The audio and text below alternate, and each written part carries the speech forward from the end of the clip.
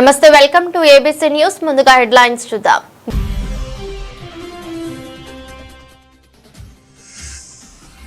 Rajamahendravaram RTC complex లో స్త్రీ శక్తి పథకం ఉచిత బస్సు ప్రయాణ సౌకర్యాన్ని ప్రారంభించిన మంత్రి కందుల దుర్గేష్.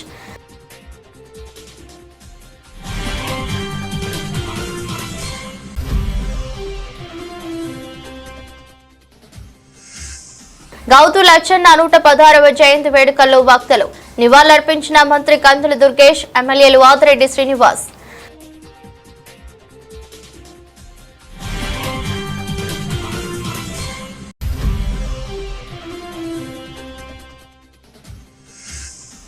స్త్రీ శక్తి పథకం పేరుతో ఉచిత బస్సు ప్రవేశపెట్టడం వల్ల ఆటో డ్రైవర్లు తీవ్ర ఇబ్బందులు. ఆటో డ్రైవర్లందరికీ నెలకు 10,000 రూపాయల చొప్పున ఇవ్వాలని టీకే విశ్వేశ్వరరెడ్డి డిమాండ్. సార్వత్రిక ఎన్నికల్లో ప్రజలకు ఇచ్చిన హామీలను అమలు చేసే దిశగా కూటమి ప్రభుత్వం ప్రతి అడుగు వేస్తోందని మంత్రి కందుల దుర్గేష్ అన్నారు. శుక్రవారం స్వాతంత్ర దినోత్సవ సందర్భంగా స్త్రీ శక్తి పథకం అమల్లో భాగంగా తూర్పుగోదావరి జిల్లా రాజమహేంద్రవరం ఆర్టీసీ కాంప్లెక్స్ లో మహిళలకు ఉచిత బస్సు ప్రయాణ సౌకర్యాన్ని మంత్రి కందుల దుర్గేష్ స్వయంగా ప్రారంభించారు. ఈ సందర్భంగా ఎమ్మెల్సీ సోము వీర్రాజు, స్థానిక ప్రజాప్రతినిధులు ఆదిరెడ్డి వాసు, గోరంట్ల బుచ్చయ్య చౌదరి, బత్తుల బలరామకృష్ణ, నల్లమిల్లి రామకృష్ణారెడ్డి, జిల్లా కలెక్టర్ పి ప్రశాంతి తదితరులతో కలిసి మంత్రి కందుల దుర్గేష్ ప్రభుత్వం ఏర్పాటు చేసిన ఉచిత బస్సులో ప్రయాణించారు. ఈ సందర్భంగా స్వయంగా టికెట్ కొనుక్కున్న మంత్రి దుర్గేష్ తోటి మహిళా ప్రయాణికులతో మాట్లాడారు. మహిళలకు ఇచ్చే తొలి 0 ఫేర్ టికెట్ ను తన చేతుల మీదుగా అందించారు. పథకం వల్ల కలిగే ప్రయోజనాలు వివరించారు. ఆద్యంతం ఆనందోత్సవాల మధ్య గడిపారు. సందర్భంగా ఉచిత బస్సు ప్రయాణం చేసే బాలికలు, మహిళలు, యువతులు ట్రాన్స్జెండర్ల ఆధార్ కార్డు, ఓటర్ కార్డు, మరేదైనా ప్రభుత్వ గుర్తింపు కార్డు చూపించాల్సి ఉంటుందని సూచించారు. ప్రతి ఒక్కరి అవకాశాన్ని సద్వినియోగం చేసుకోవాలని కోరారు. ముఖ్యమంత్రి చంద్రబాబు నాయుడు గారు, ఉప ముఖ్యమంత్రి పవన్ కళ్యాణ్ గారు సూపర్ 6 హామీలు ఏవైతే ప్రకటించారో వాటిలో భాగంగా ఒక్కొక్కటి నెరవేర్చుకుంటూ వస్తున్నటువంటి క్రమంలో ఇవాళ స్త్రీ శక్తి అనేటువంటి కార్యక్రమాన్ని, మహిళలకు ఉచిత బస్సు అనేటువంటి కార్యక్రమాన్ని శ్రీకారం చుట్టడం జరిగింది. ఇప్పుడు 1 గంట క్రితం ముఖ్యమంత్రి చంద్రబాబు నాయుడు గారు, ఉప ముఖ్యమంత్రి Pawan Kalyan garu, human resources minister Shri Nara Lokesh garu Stree శక్తి కార్యక్రమాన్ని 2000లో ప్రారంభించడం అనేటువంటి విషయం మనందరికీ తెలిసిందే. ముఖ్యంగా మహిళలు పూర్వాపారం వల్ల ప్రయాణాలు చేయలేని పరిస్థితుల్లో ఆర్థికంగా ఇబ్బందులు ఉండి వ్యాపార కార్యక్రమాలు కానివ్వండి, ఇంట్లో జరిగేటువంటి కార్యక్రమాలు కానివ్వండి, వీటికి హాజరు కాలేకపోతున్నటువంటి పరిస్థితిని చూసి ముఖ్యమంత్రి గారు ఉచిత బస్సు అనేటువంటి కార్యక్రమాన్ని ఏర్పాటు చేయడం జరిగింది. ఇందులో ప్రధానంగా కేవలం మహిళలు మాత్రమే కాకుండా ట్రాన్స్జెండర్స్ కూడా భాగస్వామ్యం చేయడం, ఇది ఒక విప్లవాత్మకమైనటువంటి ఆలోచన. మహిళలని ఇచ్చి ట్రాన్స్జెండర్స్ ని ఎవరు చూస్తారనేటువంటి మాట ఎంతో కాలంగా ఉంది. సమాజంలో సరైనటువంటి ఆదరణకి నోచుకున్నటువంటి ట్రాన్స్జెండర్స్ ఎవరైతే ఉన్నారో వారికి కూడా ఇందులో భాగస్వామ్యం కల్పించినాం. తద్వారా ప్రధానంగా పల్లెలకు కానీ, అల్ట్రా పల్లెలకు కానీ, ఇతరత్ర ఏవైతే ఎక్స్ప్రెస్లు కానీ ఉన్నాయో వాటన్నింటిలో కూడా రమారవి మన జిల్లాలో అయితే 186 బస్సులు రమారవి 56,000 కిలోమీటర్ల పైచీలకు తిరగడానికి అవకాశం కల్పించే విధంగా ఉచితంగా ఇవ్వడం జరుగుతూ ఉంది. ఇంకా సూపర్ లగ్జరీ నాన్ స్టాపుల్లో మాత్రం అవకాశం ఉండదు. అయితే పేద వర్గాల వారికి చాలా ప్రాంతాలకు వెళ్ళవలసి వస్తుంది కనుక వారికి ఉపయోగపడే అన్ని బస్సుల్లో కూడా వారికి అవకాశం దొరుకుతుంది. దాంతోపాటు ఎన్క్లేవ్ అనేటువంటి ఒక మాట చెప్తూ ఉన్నారు. ఎన్క్లేవ్ అంటే మనకి ఈ ప్రాంతంలో పెద్ద ఇబ్బంది ఉండదు, కానీ మీరు బోర్డర్ జిల్లాల్లోకి వెళ్ళినప్పటికీ అక్కడ ఒక బోర్డర్ నుంచి మళ్ళీ తిరిగి మన ఆంధ్రప్రదేశ్లోకి రావడానికి ఇంకో రాష్ట్రంలోకి వెళ్ళి రావాల్సి ఉంటుంది. అలా వెళ్లే బస్సులో కూడా ఇక్కడ ఉచితమైనటువంటి అవకాశం ఉంది. అంటే ఇక్కడ మన ఆంధ్రప్రదేశ్లో ప్రారంభమయ్యే బస్సు వేరే రాష్ట్రానికి వెళ్ళి తిరిగి మళ్ళీ మన ఆంధ్రప్రదేశ్లోకి వచ్చేటువంటి బస్సులు ఏవైతే ఉంటాయో వాటిని ఎన్క్లేవ్ అంటారు. ఆ ఎన్క్లేవ్ బస్సుల్లో కూడా అవకాశం కల్పించడం అనేది ఒక గొప్ప విషయంగా నేను భావిస్తూ ఉన్నాను. దానివల్ల ఇటుపక్క ఉత్తర ప్రాంతం కానీ, మనకి ఉత్తరాంధ్ర ప్రాంతం కానీ, ఇటు మనకి తమిళనాడు కర్ణాటక ప్రాంతాలు బోర్డర్లో ఉండేటువంటి గ్రామస్తులందరికీ కూడా ఎంతగానో ఉపయోగపడుతుంది. ఇవాళ ఇవన్నీ బాగా ఆలోచించి మహిళలకు ఏదైతే మనం పాటించామో దాని ప్రకారం చేయాలనేటువంటి ఆలోచన. రాబోయే రోజుల్లో యువతులకు 1500 రూపాయలు ఇచ్చే కార్యక్రమాన్ని కూడా ప్రారంభించడానికి, నిరుద్యోగ భృతి ఇవ్వడానికి కూడా ఈ ప్రభుత్వం సంసిద్ధంగా ఉంది. ఇప్పటికే మీ అందరికీ తెలియదు కాదు, రాష్ట్రం ఆర్థిక పెనుభారం పడినప్పటికీ కూడా మనం తల్లికి వందనాన్ని ఎంత విప్లవాత్మకంగా ప్రారంభించుకున్నామో మీ అందరికీ తెలుసు.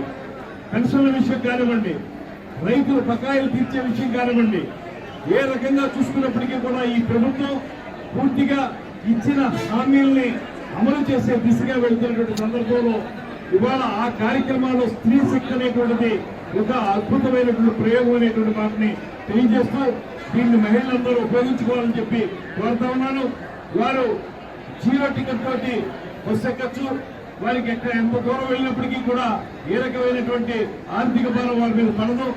ఎన్క్లేవ్ బస్సులో కూడా ఎక్కచ్చు.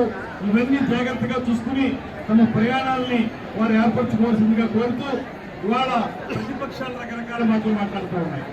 నిజానికి ప్రతిపక్షం అనేది రాష్ట్రంలో లేనే లేదు. ఎందువల్లంటే నిన్న జరిగినటువంటి పులివెందుల ఒంటిమిట్ట ఎన్నికలతోటి ప్రతిపక్షం అసలు ఈ రాష్ట్రంలో లేదనేటువంటి మాటే మనకి తేలిపోయింది. కూటమి ప్రభుత్వం ప్రవేశపెట్టిన సూపర్ 6 సూపర్ హిట్ అయింది. పెన్షన్ 4000 చేస్తున్నాం, దివ్యాంగులకి 6000 చేస్తున్నాం, పూర్తిగా బెడ్రిడన్ అయిన వారికి 15000 చేస్తున్నాం. అలాగే తల్లికి వందనం కింద ఎంతమంది పిల్లలు ఉంటే అంతమందికి సుమారు 67,27,000 మంది పిల్లలకి, ఇంటిలో ఎంతమంది ఉంటే అంతమంది పిల్లలకి తల్లికి వందనం కూటమి ప్రభుత్వం ఇచ్చిందని ఈ రోజున గర్వంగా తెలియజేస్తా ఉన్నాం. అలాగే అన్నదాత సుఖీభవ కిందన మొదటి విడత కింద 7,000 ఇవ్వడం జరిగింది. దీపం పథకం కింద ఇప్పటికే 2 గ్యాస్ సిలిండర్లు ఇవ్వడం జరిగింది. ఈరోజు అధికారికంగా గౌరవ ముఖ్యమంత్రి చంద్రబాబు నాయుడు గారు, ఉప ముఖ్యమంత్రి పవన్ కళ్యాణ్ గారు, కూటమి ప్రజాప్రతినిధులు ఎక్కడికక్కడ స్త్రీ శక్తిని అధికారికంగా లాంచ్ చేయడం జరుగుతూ ఉంది.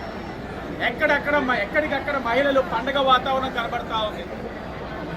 ఎన్నికల ముందు మేము హామీలు ఇచ్చినప్పుడు సూపర్ 6 వైఎస్ఆర్ కాంగ్రెస్ పార్టీ వాళ్ళు కానీ చాలా మంది ఇది అమలు చేయలేరు, అమలు చేసే అవకాశాలు లేవన్నారు. కానీ మొదటి సంవత్సరంలోనే సూపర్ 6లో ఉన్న 90% హామీల్ని అమలు చేసిన ఘనత ఈరోజు కూటమి ప్రభుత్వాన్ని. ఈరోజు స్త్రీ శక్తి కింద మహిళలు, బాలికలు ఉచిత ప్రయాణాన్ని బస్సులో ప్రారంభించుకోబోతా ఉన్నాం. ఈరోజు స్త్రీ శక్తి కింద మహిళలు, బాలికలు అందరూ కూడా ఉచితంగా బస్సు ప్రయాణాన్ని ప్రారంభించుకోబోతా ఉన్నాం. అధికారికంగా జిల్లా మంత్రులు దుర్గేష్ గారు, కలెక్టర్ గారు, తోటి శాసనసభ్యులు, శాసన మండలి సభ్యులు, కార్పొరేషన్ చైర్మన్లు, మాజీ ప్రజాప్రతినిధులు, కూటమి నాయకులు అందరి సమక్షంలో ఈ కార్యక్రమాన్ని లాంఛనంగా ప్రారంభించుకోబోతా ఉన్నాం. కేవలం మహిళా సాధికారత, మహిళలకు ఊరట కలిగించాలి. వాళ్ళకి ఏదైతే ప్రయాణంలోని ఏ విధమైన ఇబ్బందులు కలగకుండా, ఆర్థికంగా ఏ విధమైన ఇబ్బంది అనేది ఉండకుండా ఈ స్త్రీ శక్తి అనే కార్యక్రమాన్ని శ్రీకారం ప్రభుత్వం తీసుకుంది. ఆర్థిక పరమైన భారాలు ఉన్నా ఎక్కడ కూడా వెనకడుగు వేయట్లేదు. ఒక తల్లికి వందనంలోనే 10,000 కోట్లు ఈ కూటమి ప్రభుత్వం ఖర్చు పెట్టిందన్న విషయం ప్రజలు గమనించాలి.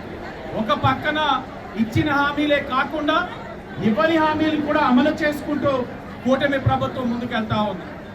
మొన్ననే D2D సుపరిపాలన తొలి అడుగు ఇంటింటికి వెళ్ళి ఎక్కడికక్కడ ప్రజల యొక్క స్పందన తెలుసుకున్నాం. 90% మంది ప్రజలు చాలా ఆనందం వ్యక్తం చేస్తా ఉన్నారు.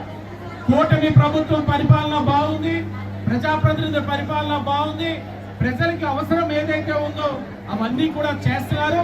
ఇచ్చిన హామీలే కాదు, ఇవ్వని హామీలు కూడా కూటమి ప్రభుత్వం నెరవేరుస్తుందని ప్రజలందరూ కూడా మా దగ్గర తెలియజేస్తా ఉన్నారు. ఇది ప్రజాప్రభుత్వం, ఇది మంచి ప్రభుత్వం. తప్పకుండా ప్రజల్ని ఒకటే కోరుతా ఉన్నాం, మీరు 2014-19లోని ఈ రాష్ట్రాన్ని ఒక దారిలో పెడితే 2019లో మీరు ఒక తప్పు నిర్ణయం తీసుకున్నారు. ఆ తప్పు నిర్ణయం వల్ల 5 సంవత్సరాలు ఈ రాష్ట్రంలోని వాక్ స్వేచ్ఛ తో పాటు అందరూ కూడా ఇబ్బందులు పడ్డారు. బడుగు బలహీన వర్గాల ఆశ జ్యోతి, రైతు బాంధవుడు, స్వాతంత్ర సమర యోధుడు సర్దార్ గౌతు లచ్చన్న అందరి వాడని, ఆయన ఆశయ సాధనకు ప్రతి ఒక్కరూ కృషి చేయాలని వక్తలు పిలుపునిచ్చారు.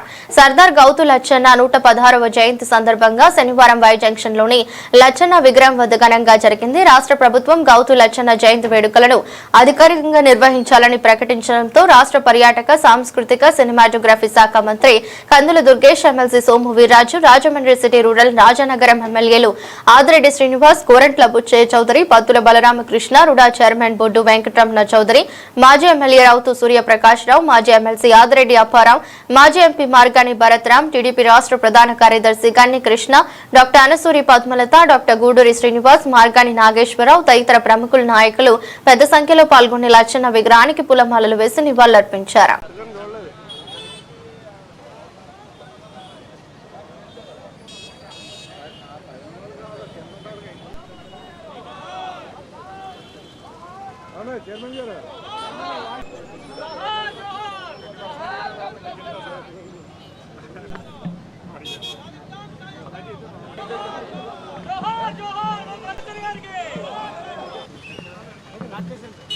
ప్రముఖ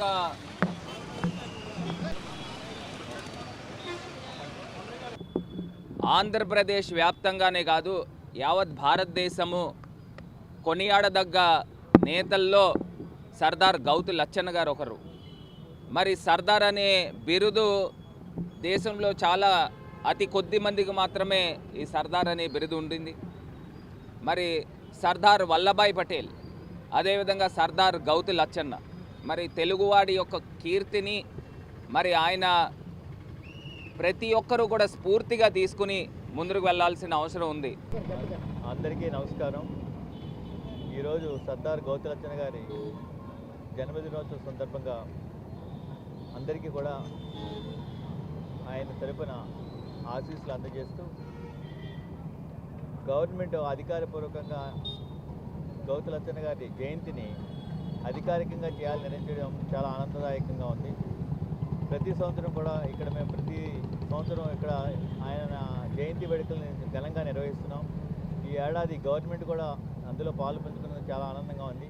ఇవాళ ఆంధ్రకేసరి టంగుటూరు ప్రకాశం కానీ బెజవాడ గోపాలరెడ్డి మంత్రివర్గంలో ఉంటూ వాళ్లతోనే విభేదించినటువంటి మహోన్నత వ్యక్తి సర్దార్ గౌతు లచ్చన్న గారు. మరి నిజంగా నా అదృష్టం, నా పూర్వజన్మ సుకృతం. మొట్టమొదటి విగ్రహం రాజమండ్రిలో గోదావరి గట్టును పెట్టేటువంటి భాగ్యం నాకు కలిగింది.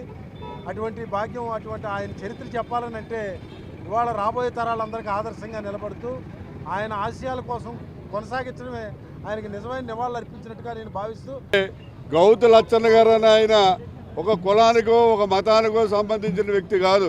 అతను ఒక పోరాట యోధుడు. అనేకమైనటువంటి రైతు సమస్యల మీద, ప్రజా సమస్యల మీద పోరాటాలు చేసి సర్దార్ బిరుదు పొందినటువంటి ఏకైక నాయకుడు మన ఆంధ్రప్రదేశ్లో ఎవరైనా ఉన్నారంటే అది గౌతు లచ్చన్న గారే.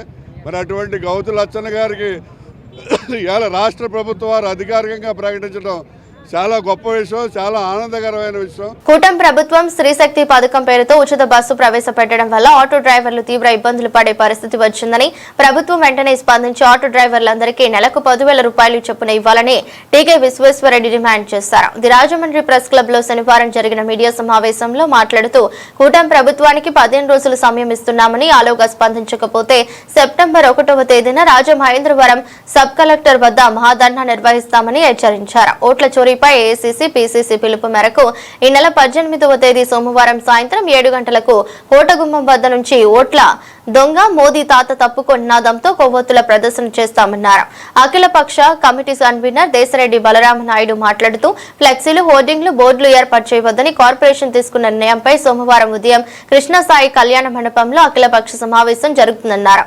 సందర్భంగా వైసీపీ నాయకులు డాక్టర్ రాజశేఖర్ కాంగ్రెస్ పార్టీలో చేరారు. కాంగ్రెస్ నాయకులు జేసీ రామారావు, కిషోర్ కుమార్ జైన్, బిల్డర్ బాబీ, అలీప్ తదితరులు పాల్గొన్నారు.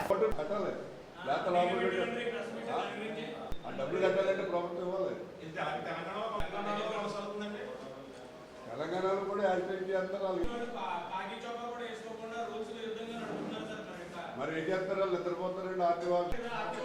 అవునండి, వాళ్ళు వేసుకోకపోతే చెప్తాం, అయినా కూడా వేసుకోకపోతే అధికారులు చర్య తీసుకోవాలి. కాంగ్రెస్ పార్టీలో తిరిగి మళ్ళీ కాంగ్రెస్ పార్టీలో జాయిన్ అవుతున్నారు. ఆయనకి అభినందనలు తెలియజేస్తూ ఆయన్ని జిల్లా కాంగ్రెస్ పార్టీ డాక్టర్ సెల్ అధ్యక్షులుగా జిల్లా కాంగ్రెస్ పార్టీ. ఈ కుటుంబ ప్రభుత్వాన్ని మేము డిమాండ్ చేసేది ఏంటంటే నెలకి 10,000 రూపాయలు ఈ ఆటో వాళ్ళకి అందరికీ కూడా ఇవ్వాలని చెప్పి డిమాండ్ చేస్తున్నాం. మేము ఈ మంత్ ఎండింగ్ వరకు చూస్తాం. నిన్న 15వ తారీఖున ఈ ఉచిత బస్సు ప్రవేశపెట్టడం జరిగింది. ఈ మంత్ ఎండింగ్ వరకు అంటే 15 రోజుల లోపల ఈ ప్రభుత్వం కనుక ఆటో డ్రైవర్లకి సముచితమైన న్యాయం చేసి నెలకు 10,000 రూపాయలు కనుక ఇవ్వకపోయినట్లయితే సెప్టెంబర్ 1వ తారీఖున రాజమండ్రి సబ్ కలెక్టర్ ఆఫీస్ దగ్గర ఆటో వాళ్ళ అందరితోటి కలిసి మహాధర్నా చేయడం జరుగుతుంది.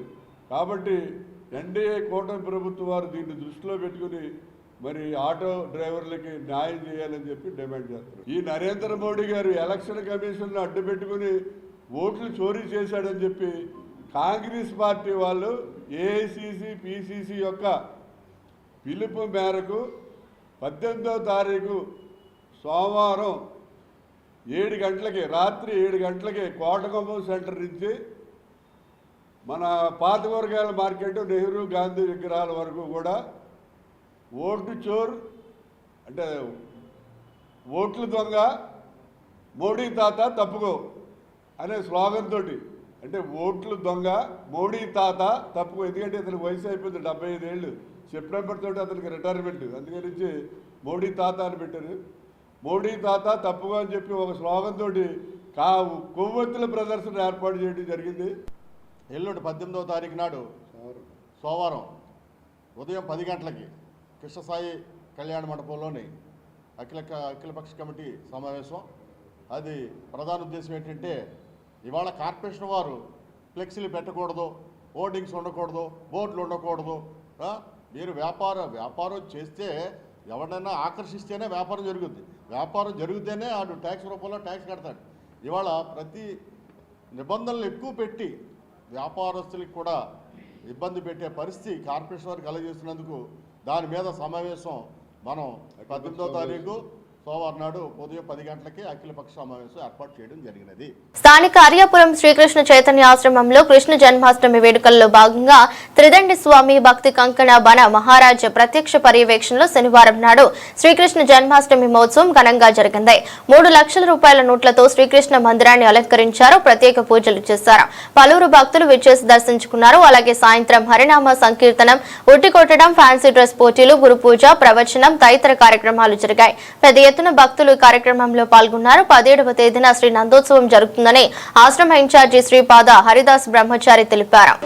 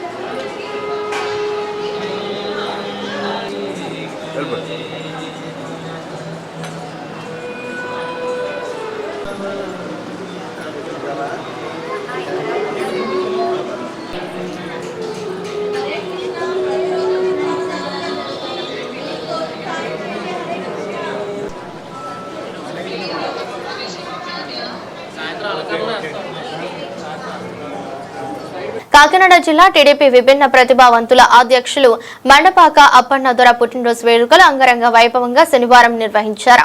జగ్గంపేట మండల తెలుగుదేశం పార్టీ అధ్యక్షులు జీను మణిబాబు ఆధ్వర్యంలో స్థానిక తెలుగుదేశం పార్టీ కార్యాలయంలో జరిగిన ఈ కార్యక్రమానికి TTD board member Jaggampeta MLA Jyothula Nehru ముఖ్య అతిథిగా పాల్గొని కేక్ కట్ చేసి వినిపించారు. నెహ్రూ గారి ఆశీర్వాదాలు అప్పన్నదొర పొందాడు. ఈ సందర్భంగా అప్పన్నదొర మాట్లాడుతూ చిన్న కార్యకర్త నుంచి నియోజకవర్గ సోషల్ మీడియా కన్వీనర్ గా కాకినాడ జిల్లా విభిన్న ప్రతిభావంతుల అధ్యక్షులుగా నన్ను నియమించిన తన ఆరాధ్య దైవం జ్యోతుల నెహ్రూ గారికి, యువనేత యంగ్ అండ్ డైనమిక్ లీడర్ జ్యోతు నవీన్ గారికి ప్రత్యేక కృతజ్ఞతలు తెలియజేస్తున్నామన్నారు. యువ కార్యకర్తలకు మార్గదర్శనిగా నిలిచిన మండల అధ్యక్షులు జీను మణిబాబుకి కృతజ్ఞతలు తెలియజేస్తున్నామన్నారు.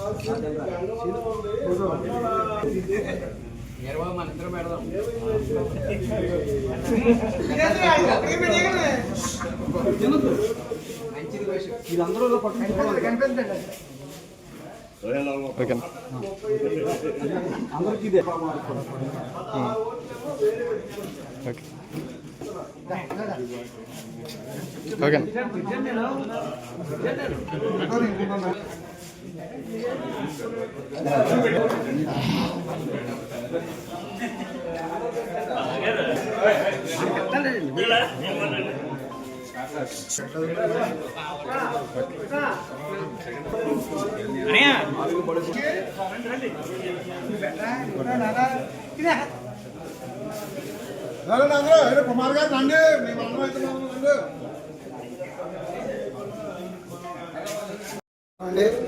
మరి చిన్న కార్యకర్తనైన నన్ను మా గురువర్యులు, నా పూజ్యులు, నా దేవుడు, నా దైవం శ్రీ జ్యోతుల నెహ్రూ గారు కాకినాడ జిల్లా టీడీపీ విభిన్న ప్రతిభావంతుల అధ్యక్షులుగా అవకాశం ఇవ్వడమే కాకుండా ఈ నియోజకవర్గంలో సోషల్ మీడియాలో కన్వీనర్గా అవకాశం ఇచ్చి నన్ను ఎంతో ఎంకరేజ్ చేస్తున్నారు. ఈరోజు ఈ పుట్టినరోజు సందర్భంగా మరి మండల తెలుగుదేశం పార్టీ అధ్యక్షులు జీను మణిబాబు గారు, అదేవిధంగా మరి దేవరపల్లి మూర్తి గారు, మారిశెట్టి భద్రం గారు, కొత్త కొండబాబు గారు, పాండ్రంగి రాంబాబు గారు వీళ్ళందరూ కూడా నన్ను ఆశీర్వదించారు.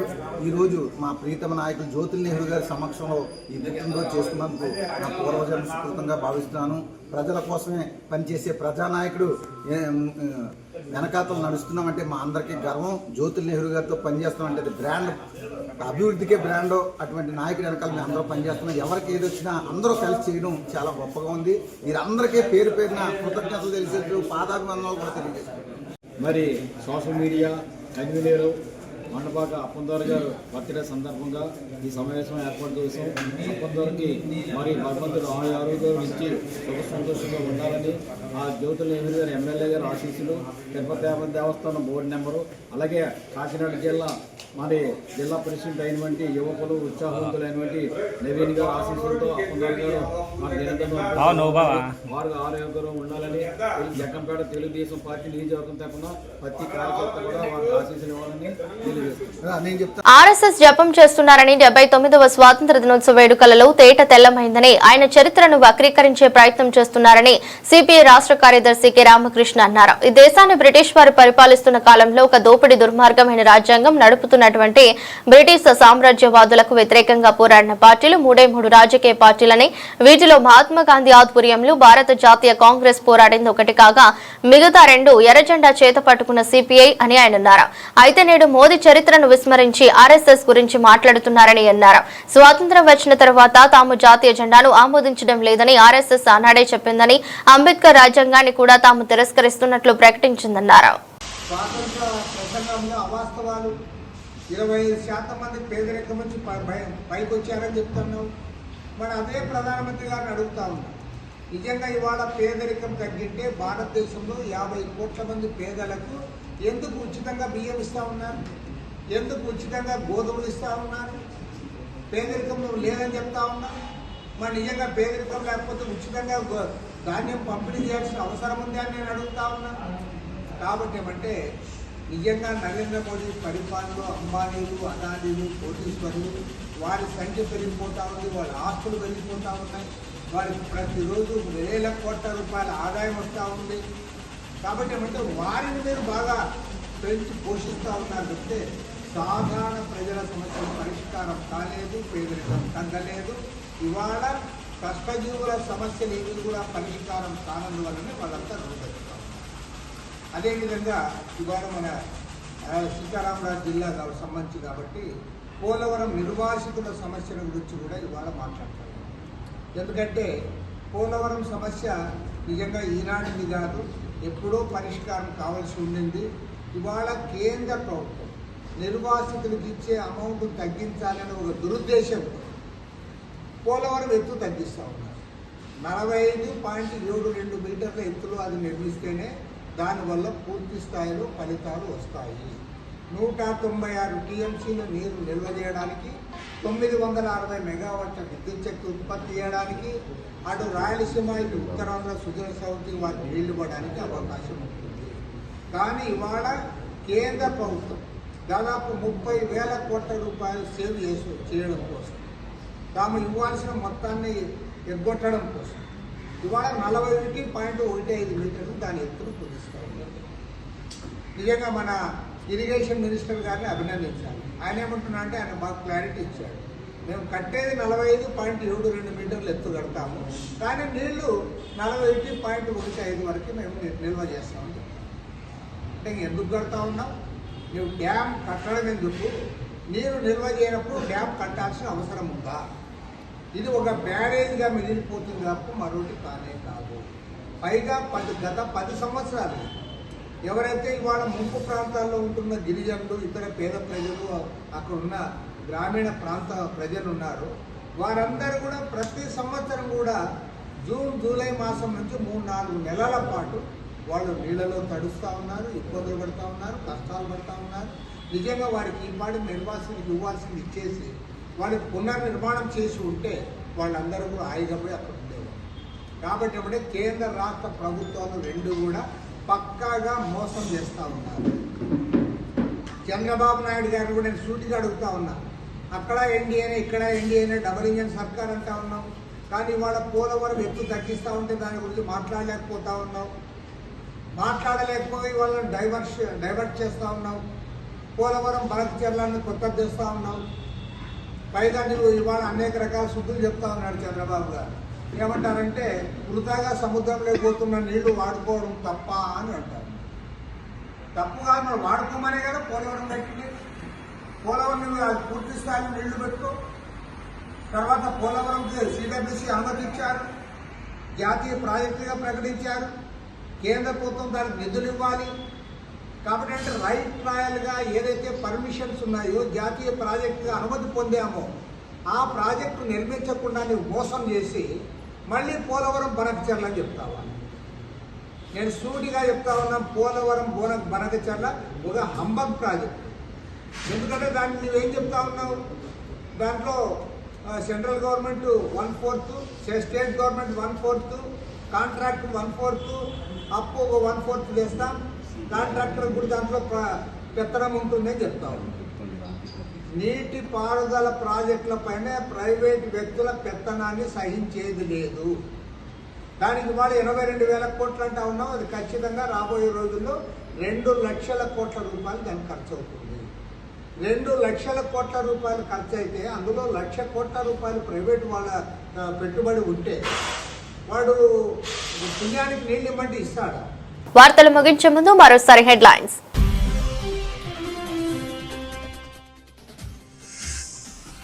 రాజమహేంద్రవరం ఆర్టీసీ కాంప్లెక్స్ లో స్త్రీ శక్తి పథకం ఉచిత బస్సు ప్రయాణ సౌకర్యాన్ని ప్రారంభించిన మంత్రి కందుల దుర్గేష్.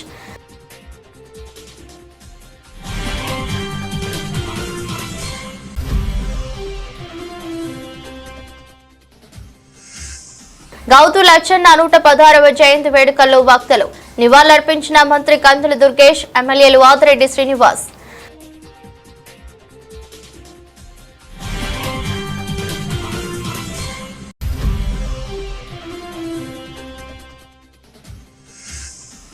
స్త్రీ శక్తి పథకం పేరుతో ఉచిత బస్సు ప్రవేశపెట్టడం వల్ల ఆటో డ్రైవర్లు తీవ్ర ఇబ్బందులు.